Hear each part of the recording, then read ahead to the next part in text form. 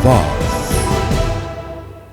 नमस्कार, आप देख रहे हैं इंडिया वॉइस और मैं हूं आपके साथ पुष्पेंद्र चौधरी। बुलेटिन की शुरुआत करेंगे। प्रधानमंत्री नरेंद्र मोदी सेशेल्स दौरे पर हैं। प्रधानमंत्री मोदी सेशेल्स की आज़ादी के 50 साल पूरे होने के समारोह में मुख्य अतिथि होंगे।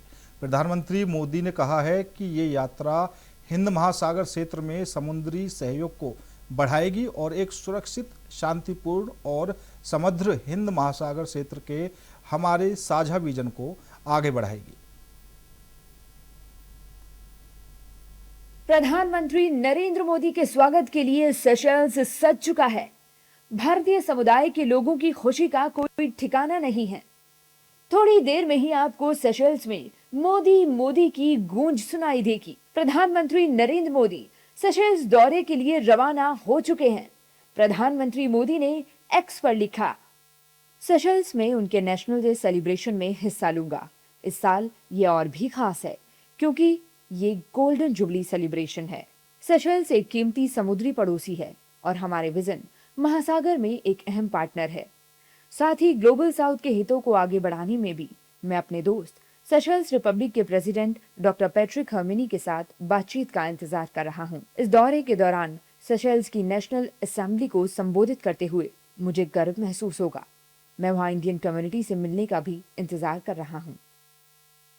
प्रधानमंत्री मोदी सेशेल्स जाने वाले दूसरे प्रधानमंत्री हैं। इंदिरा गांधी ने साल 1976 और 1981 में सेशेल्स का दौरा किया था। प्रधानमंत्री मोदी सेशेल्स के राष्ट्रपति डॉक्टर पैट्रिक हर्मिनी के निमंत्रण पर जा रहे हैं। प्रधानमंत्री मोदी सेशेल्स की आजादी के 50 साल पूरे होने के समारोह में मुख्य अतिथि होंगे। इस मौके पर होने वाली परेड में भारतीय सशस्त्र बलों की एक टुकड़ी और भारतीय नौसेना के 2 युद्धपोत भी हिस्सा लेंगे। प्रधानमंत्री मोदी का पिछले 11 साल में ये दूसरा सेशेल्स का दौरा है। हिंद महासागर क्षेत्र में सेशेल्स की रणनीतिक स्थिति और भारत की समुद्री तथा ऊर्जा सुरक्षा के लिहाज से ये दौरा बेहद महत्वपूर्ण माना जा रहा है। वहीं प्रधानमंत्री मोदी सेशेल्स में रहने वाले भारतीय समुदाय से मुलाकात करेंगे। भारतीय समुदाय के लोग प्रधानमंत्री मोदी को देखने और सुनने के लिए उत्साहित हैं। एक्साइटेड तो बहुत है, बहुत तैयारी की है पहले से, बहुत टाइम हो गया है उसको मिले हुए। तो हम एयरपोर्ट में उसका स्वागत करने के लिए डांस किया है और भी कुछ सांस्कृतिक प्रोग्राम भी किया हुआ है खास उसके वेलकम के लिए। हमको बहुत ही अच्छा महसूस हो रहा है। हम सोचा भी नहीं था कि हमको ऐसा मौका मिलेगा। पहले कभी हमको ऐसा पीएम मोदी को वेलकम करने का ऐसा कुछ मौका मिला नहीं है। मेरा तो इस बार पहली बार ही सेशेल्स में मिलने का मौका मिल रहा है, तो बहुत ही खुश है। मैं सेशेल्स में 2016 से रह रहा हूँ। भारतीयों को फुली रिस्पेक्ट देता है। ये हमारा कल्चर को भी अपनाने का ट्राई करता है इधर का सेशेल्स वाला लोग। और हमारा एक रिक्वेस्ट भी है कि सेशेल्स का और इंडिया का एक अच्छा ऐसा फ्लाइट डायरेक्ट हो जाए जो उससे हमारा कल्चर और सेशेल्स का कल्चर एक दूसरे को समझ सके और वसुधैव कुटुंबकम के साथ में हम जा सके। बहुत बहुत बहुत उत्साहित है क्योंकि हमने रास गरबा भी किया है, इंडियन कल्चर का भी कुछ इसको बताने का कुछ अच्छा वाला परफॉर्मेंस किया है। बहुत सारी तैयारियां हमने करके रखी है। भारत और सेशेल्स के संबंध मजबूत हैं। प्रधानमंत्री मोदी की यात्रा के दौरान कई समझौतों पर हस्ताक्षर होने और कई क्षेत्रों में महत्वपूर्ण घोषणाएं होने की उम्मीद है। कांग्रेस नेता सोनिया गांधी ने गांजा के मामले में भारत सरकार की चुप्पी पर सवाल उठाए हैं। सोनिया गांधी ने कहा है कि मोदी सरकार की चुप्पी सिर्फ नैतिक रूप से गलत नहीं बल्कि राष्ट्रीय हितों के लिहाज से भी समझ से परे है। सोनिया गांधी के बयान पर बीजेपी ने तीखा वार किया है और पूछा है कि सोनिया गांधी बांग्लादेशी हिंदुओं पर चुप क्यों हैं। गाजा में इजराइल के हमलों पर देश में राजनीति फिर गर्मा गई है। इस बार सोनिया गांधी ने गाजा के मामले में मोदी सरकार की चुप्पी पर सवाल उठाए हैं। सोनिया गांधी का कहना है कि गाजा में बच्चों को सुनियोजित तरीके से निशाना बनाया जा रहा है, लेकिन मोदी सरकार चुप है। इसके साथ ही सोनिया गांधी ने कहा, संयुक्त राष्ट्र की स्वतंत्र अंतर्राष्ट्रीय जांच आयोग की जून 2026 की रिपोर्ट बताती है कि इजराइल गाजा में फिलिस्तीनियों के अस्तित्व को खत्म करने के इरादे से बच्चों को निशाना बना रहा है। इतने गंभीर रिपोर्ट आने के बाद भी मोदी सरकार चुप है। गाजा में अब तक कम से कम 20,000 बच्चों की मौत हो चुकी है। जबकि 44,000 बच्चे घायल हुए हैं। इनमें से कई बच्चे पूरी जिंदगी के लिए विकलांग या गंभीर रूप से घायल हो गए हैं। बच्चों को निशाना बनाना कोई आकस्मिक घटना नहीं, बल्कि एक सुनियोजित रणनीति है। गाजा में मारे गए या घायल बच्चों में 27% बच्चे हैं। कई लड़कों के सिर और गर्दन में गोली लगने के निशान हैं। गाजा के 97% स्कूल तबाह हो चुके हैं। बच्चों के अस्पतालों समेत स्वास्थ्य व्यवस्था भी नष्ट कर दी गई है। करीब 2.5 साल पहले हमास ने इजराइल पर जो हमला किया था वह बेहद भयावह, जघन्य और पूरी तरह स्वीकार्य था। लेकिन इसके बाद इजरायली सेना और राजनीतिक नेतृत्व की जवाबी कार्रवाई अंधाधुंध क्रूरता और बर्बरता से भरी रही। जब पूरी दुनिया में इजराइल के खिलाफ विरोध बढ़ रहा है और अंतर्राष्ट्रीय समुदाय गाजा में हुई तबाही को गंभीरता से देख रहा है, तब भारत सरकार अकेली ऐसी आवाज बन गई है जिसने चुप्पी साध रखी है। मोदी सरकार की चुप्पी सिर्फ नैतिक रूप से गलत नहीं, बल्कि राष्ट्रीय हितों के लिहाज से भी समझ से परे है। भारत ऐसे समय में इजराइल के और करीब जा रहा है जब दुनिया का बड़ा हिस्सा उससे दूरी बना रहा है। सोनिया गांधी का कहना है कि भारत गाजा पर चुप है, लेकिन दुनिया आवाज उठा रही है। वहीं सोनिया गांधी पर बीजेपी भड़क गई है। बीजेपी का कहना है कि सोनिया गांधी गाजा में मुसलमानों के लिए आवाज उठाती हैं, लेकिन ढाका में हिंदुओं के मामले पर चुप रहती हैं और वोट नीति को विदेश नीति से ऊपर रखती हैं। गाजा और फिलिस्तीन से भारत के मधुर संबंध है। जब इजराइल ने वहाँ पर किया था तो भारत ने उसका समर्थन नहीं किया था, लेकिन हम किसी के कारण, किसी दूसरे देश के कारण, जब भारत पे संकट आता और पाकिस्तान की बात होती है तो कौन देश भारत के साथ रहा है? तो निश्चित रूप में इजराइल रहा है भारत के साथ में। तो भारत बड़े आसानी के साथ अपने संबंध सभी देशों से खराब नहीं कर सकता। भारत की समान नीति है, एक वैदेशिक नीति है, दुनिया उसको मानती है। सोनिया गांधी जी को अपनी पार्टी के तरफ ध्यान आकृष्ट करना चाहिए। अंतर्राष्ट्रीय मुद्दों पे कांग्रेस पार्टी मुखर रहती है, लेकिन जिस प्रकार से आपकी पार्टी की जो दुर्गति है, आपकी पार्टी की जो स्थिति है, आपकी पार्टी कई प्रांतों में कर्नाटक से खबर आती है, तेलंगाना से खबर आती है, हिमाचल से खबर आती है, ना तो सरकार ठीक से चला पा रही है, ना संगठन ठीक से चला पा रहे हैं, और चलते हैं अंतर्राष्ट्रीय मुद्दों पे इस प्रकार से टिप्पणी करने। अंतर्मुखी होइए, आत्ममंथन करिए, पार्टी रहेगी तब सब कुछ रहेगा। वहीं कांग्रेस नेता सोनिया गांधी के सुर में सुर मिला रहे हैं। पवन खेड़ा का कहना है कि प्रधानमंत्री मोदी एक गैर कानूनी लड़ाई में इजराइल के साथ कैसे खड़े हो सकते हैं। पूरे विश्व में भारत की एक पहचान थी कि इंसाफ और न्याय की अगर बात कोई देश करता है तो वो भारत करता है, लेकिन आज ये हालत है।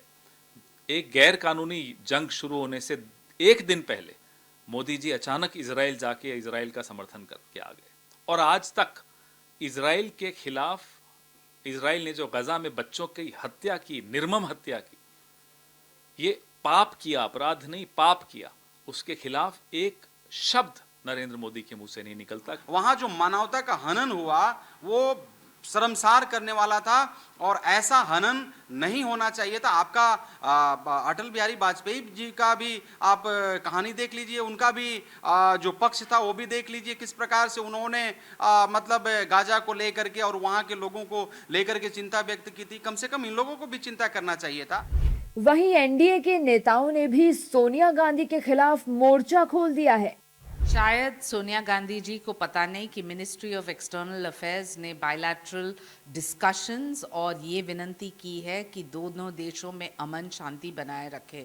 प्रधानमंत्री ने गाजा को जो ह्यूमैनिटेरियन एड दिया है, हर एक वक्त पे भारत की भूमिका रही है diplomatic ties, peace and of course humanitarian aid. शायद सोनिया गांधी ये सभी चीज़ों को नज़रअंदाज कर रही है। फिलिस्तीन के सेनानियों की लड़ाई जो रही है, हिंदुस्तान हमेशा उसका समर्थन करता रहा है, और इसके लिए आपके प्रमाण पत्र की जरूरत सोनिया जी नहीं है। बीजेपी का आरोप है कि सोनिया गांधी गुमराह करने की कोशिश कर रही हैं। इसमें कोई शक नहीं कि गाजा में बच्चों पर हमले रुकने चाहिए। अब देखना होगा कि इस मुद्दे पर राजनीति से किसका भला होता है। वेनेजुएला में 125 साल बाद सबसे शक्तिशाली भूकंप ने भारी तबाही मचाई है। 2 दिन बाद भी रेस्क्यू ऑपरेशन जारी है और मलबे में फंसे लोगों की तलाश की जा रही है। इस बीच भारत ने ऑपरेशन अमिस्ताद के तहत वेनेजुएला की मदद के लिए 2 C-17 ग्लोबमास्टर विमानों से राहत सामग्री, दवाइयाँ, मेडिकल उपकरण और 41 सदस्य मेडिकल टीम भेजी है। दक्षिण अमेरिकी देश वेनेजुएला इस वक्त अपनी सबसे बड़ी प्राकृतिक त्रासदियों में से एक का सामना कर रहा है। 125 साल के सबसे शक्तिशाली भूकंप ने पूरे देश को झकझोर दिया है। 2 दिन बीत चुके हैं, लेकिन मलबे से अब भी लोगों को जिंदा निकालने की कोशिश जारी है। हजारों लोग बेघर हैं, सैकड़ों घायल खुले आसमान के नीचे इलाज करा रहे हैं। काराकस, ला ग्वायरा और टुकाकास जैसे शहर सबसे ज्यादा तबाही की चपेट में आए। 25 जून 2026 को वेनेजुएला में भूकंप आया। पहला झटका 7.2 तीव्रता का रहा, जिसके 40 सेकंड बाद दूसरा झटका 7.5 तीव्रता का आया। 125 साल का सबसे शक्तिशाली भूकंप। भारी मशीनों और राहत कर्मियों की मदद से मलबा हटाया जा रहा है। कई लोग अब भी जिंदगी और मौत के बीच फंसे हुए हैं। इस त्रासदी में अब तक 700 से ज्यादा लोगों की मौत हो चुकी है। 4,300 से ज्यादा लोग घायल हैं। वहीं 40,000 से ज्यादा लापता हैं। भूकंप की ताकत इतनी जबरदस्त थी कि मजबूत कंक्रीट की इमारतें भी ताश के पत्तों की तरह ढह गईं। 250 से ज्यादा इमारतें पूरी तरह तबाह या गंभीर रूप से क्षतिग्रस्त हो गईं। सिर्फ ला ग्वायरा में ही 100 से ज्यादा बहुमंजिला इमारतें धराशायी हो गईं। पूरी की पूरी कॉलोनियां मलबे में बदल गईं, जिसकी वजह से अनुमानित आर्थिक नुकसान 9.5 लाख करोड़ रुपए बताया जा रहा है। हालात की गंभीरता को देखते हुए सरकार ने देश भर में आपातकाल घोषित कर दिया है। अमेरिका, ब्राजील, कोलंबिया समेत कई देशों ने भी मदद का हाथ बढ़ाया है। इसी मुश्किल घड़ी में भारत भी वेनेजुएला के साथ मजबूती से खड़ा नजर आया। वेनेजुएला में आए भूकंप से घायल हुए लोगों की सहायता के लिए भारत में ऑपरेशन अमिस्ताद शुरू किया गया, जिसके तहत शुक्रवार को हिंडन एयरबेस से 2 C-17 ग्लोबमास्टर विमानों ने उड़ान भरी। दोनों विमानों से 30 टन राहत सामग्री, 5 टन मेडिकल उपकरण और दवाएं भेजी गई हैं। इसमें 60 पैराफील्ड अस्पताल की 41 सदस्य मेडिकल टीम भी शामिल है। साथ ही 60 बेड का फील्ड हॉस्पिटल भी भेजा गया है। वेनेजुएला की इन तस्वीरों में कहीं कोई अपनों की तलाश में है, तो कहीं मलबे से आती एक आवाज जिंदगी की उम्मीद बन जाती है। हर गुजरता मिनट किसी की जिंदगी और मौत का फैसला कर रहा है। ऐसे में पूरी दुनिया की नजरें वेनेजुएला पर टिकी है, जहां रेस्क्यू टीमों की जंग वक्त से है और भारत समेत कई देशों की मदद तबाही के बीच उम्मीद की सबसे बड़ी किरण बनकर पहुंच रही है। अयोध्या में करणी सेना ने राम मंदिर ट्रस्ट से जुड़े कथित भ्रष्टाचार, दान गबन और निर्माण कार्य में अनियमितताओं के आरोपों को लेकर प्रेस कॉन्फ्रेंस की। करणी सेना के राष्ट्रीय अध्यक्ष सूरजपाल अम्मू ने ट्रस्ट पुलिस कार्रवाई और SIT की जांच पर सवाल उठाते हुए ट्रस्ट को भंग करने की मांग की है। उन्होंने आरोप लगाया है कि मंदिर के दान चढ़ावे और निर्माण कार्य में गड़बड़ियां हुई हैं और कथित दोषियों के खिलाफ सख्त कार्रवाई होनी चाहिए। अम्मू ने यह भी कहा कि यदि जांच में ट्रस्ट की जवाबदेही तय होती है तो उसमें स्थानीय लोगों, साधु संतों और राम मंदिर आंदोलन से जुड़े परिवारों को शामिल किया जाए। उन्होंने पुलिस जांच की प्रक्रिया पर भी सवाल उठाए और दावा किया कि गिरफ्तार आरोपियों से पर्याप्त पूछताछ नहीं की गई है। करणी सेना ने चेतावनी दी है कि यदि उनकी मांगों पर कार्रवाई नहीं हुई तो पहले उत्तर प्रदेश और फिर देश भर में चक्का जाम आंदोलन किया जाएगा। वो चोरी में लिप्त है, जो डाके में लिप्त है, गोपाल राव ने अभी तक इस्तीफा नहीं दिया। उसका एक खास आदमी है, कोई आनंद करके है, मुझे नहीं पता। कहते हैं SIT ने उसको क्लीन चिट दे दी। SIT के हम ना गुलाम थे, ना SIT की हम रिपोर्ट को मानने वाले हैं। चोरी हुई है, डाका पड़ा है, हम स्पष्ट तौर पे कह रहे हैं। गोपाल राव का इस्तीफा अभी तक क्यों नहीं आया? मीडिया में लगातार 2 लोगों का इस्तीफा चल रहा है। ये ट्रस्ट भंग क्यों नहीं हो रही? SIT ने तो ये भी कहा ट्रस्ट को भंग करो। जब ट्रस्ट को भंग करने के लिए कह दिया तो ट्रस्ट को भंग कर दो। यहाँ के स्थानीय लोगों को लो, यहाँ के साधु संतों को लो। यहाँ जहाँ मुगलों से जिन लोगों ने 500 साल संघर्ष किया उन परिवारों को लो। यहाँ पर एक ब्राह्मण परिवार था, क्या नाम था सविता उसका, दीनानाथ सनेतु के, उनको लो। ऐसे ऐसे परिवारों को लो ना। एक्चुअल में आपने किन को ले लिया? आप लोगों को लगा भाई जो संघर्ष हुआ, जो कार सेवकों ने जो ढांचा तोड़ा, केवल वो आपके संगठन के लोग थे। ये बहुत बड़ी गलतफहमी। उस कार सेवकों में एक सूरजपाल सिंह अम्मू नाम का व्यक्ति था, और उसके परिवार के लोग भी थे, और उत्तर प्रदेश के अनेक अनेक रिश्तेदार थे। क्या केवल आपका ठेका है क्या? आप व्यवस्था में हैं, रहिएगा, व्यवस्था अच्छी करें। मंदिर आपने अच्छा बनाया, परंतु मंदिर में निर्माण सामग्री में नृपेंद्र मिश्रा माल खा रहे हैं। सिद्धार्थनगर जिले के बासी तहसील क्षेत्र में जमीन विवाद से जुड़ा एक गंभीर मामला सामने आया है। असनार खास गांव में एक परिवार ने आरोप लगाया है कि न्यायालय में विचाराधीन भूमि विवाद के बीच भोर में बुलडोजर से उनका मकान गिरा दिया गया। पीड़ितों का दावा है कि घटना के समय पूरा परिवार घर के अंदर सो रहा था और वे किसी तरह बाहर निकलकर सुरक्षित बच पाए। उनका आरोप है कि विपक्षी पक्ष ने जबरन कार्रवाई कर उनका आशियाना ध्वस्त कर दिया। पीड़ित परिवार ने स्थानीय पुलिस पर भी पक्षपात का आरोप लगाते हुए कहा है कि मुख्य आरोपियों के बजाय अन्य लोगों पर कार्रवाई की जा रही है।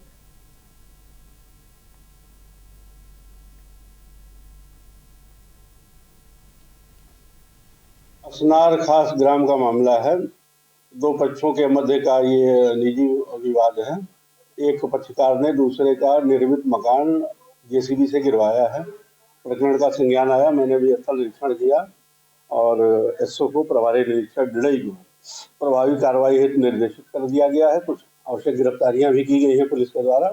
आगे प्रचलित है कार्रवाइयां, और जहां तक प्रशासन का है तो प्रशासन के स्तर से कोई इस प्रकार का ध्वस्तीकरण की कार्रवाई की नहीं जानी थी, नहीं की गई है। और हमारे गांव के अब्दुलहन्नान सेठ रहे, जबरदस्ती जीसीबी ला के सुबह में 4:30 बजे हम लोग सोए थे, अल्लाह के हमारा घर जल्दी जल्दी गिराने लगे। ना कोई नोटिस का, ना कोई बयान का, ना कोई आर्डर है सर।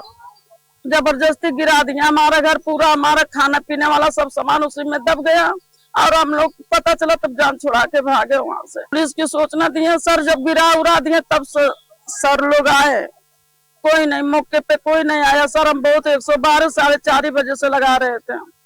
इस समय हम बासी तहसील के असनार गांव में हैं, जहां बुलडोजर की कार्रवाई की गई, लेकिन प्रशासन द्वारा नहीं की गई है। देखने की बात यह है कि जहां प्रशासन अवैध तरीके से जो निर्माण होते हैं उसके लिए बुलडोजर चलाती है, लेकिन हमारे पीछे आप देख सकते हैं एक निजी मकान जो कि 2 भाइयों का मुकदमा चल रहा था, लेकिन अब मुकदमे में जब फैसला होता तो फिर उस पर कार्रवाई होती, लेकिन इसमें प्रशासन भी इन्वॉल्व नहीं था, ना थाने के लोग थे। लेकिन अब मेरे पीछे जो मकान देख रहे हैं उसे धराशायी कर दिया गया बुलडोजर द्वारा, और वो भी भोर में बगैर प्रशासन के इस तरह से मकान उनका धराशायी कर दिया गया। जो खाने पीने का सामान था बच्चों का, वो भी उसके नीचे दब गया। अब देखने की बात यह है कि जहां योगी सरकार बुलडोजर चला के अवैध जो निर्माण होता है उस पर कार्रवाई करती है, लेकिन किसी का घर जो अवैध तरीके से नहीं है उसे गिरा दिया गया, भोर में इसे गिराया गया है, जो पीड़ित परिजनों का कहना है। लेकिन देखने की बात है कि आखिर ये सरकारी सिस्टम किस तरह से जो है इनके नॉलेज में नहीं था। जब उनसे बात की गई एसडीएम से तो उनका कहना है कि मामला संज्ञान में आया है और कार्रवाई की जाएगी। लेकिन देखने की बात यह है कि जब बुलडोजर से ही ये अब गांव तक पहुंच गया कि गांव के लोग अपने ही लिए इस्तेमाल कर रहे हैं बुलडोजर और दूसरों का मकान धराशायी कर दे रहे हैं, तो इनके खिलाफ कार्रवाई होनी चाहिए। इस तरह से जो मामले संज्ञान में आते हैं। सिद्धार्थनगर से राकेश यादव, इंडिया। अयोध्या में श्री राम जन्मभूमि तीर्थ क्षेत्र ट्रस्ट के कोषाध्यक्ष गोविंद गिरी ने बताया कि ट्रस्ट के महासचिव चंपत राय और प्रमुख सदस्य अनिल मिश्रा ने अपने पद से इस्तीफा दे दिया है। उन्होंने कहा है कि इन इस्तीफों पर ट्रस्ट की आगामी बैठक में विचार किया जाएगा। गोविंद गिरी ने स्पष्ट किया है कि श्रद्धालुओं द्वारा दान किए गए सभी आभूषण और जेवरात पूरी तरह सुरक्षित हैं और उनका विधिवत हिसाब किताब रखा गया है। उन्होंने बताया कि मंदिर के दान पात्र की राशि से जुड़े मामले में एसआईटी की अंतरिम रिपोर्ट के आधार पर एफआईआर दर्ज की जा चुकी है और जांच आगे बढ़ रही है। उन्होंने भरोसा दिलाया कि भविष्य में इस तरह की दुर्भाग्यपूर्ण स्थिति दोबारा ना हो, इसके लिए ट्रस्ट आवश्यक कदम उठाएगा और व्यवस्था को और अधिक पारदर्शी और मजबूत बनाया जाएगा।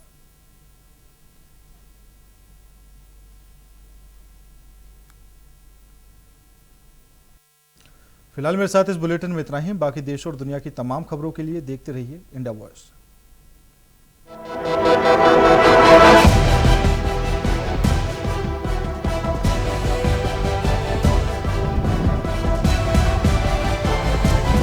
इंडिया वॉइस, आपकी सोच, आपकी आवाज।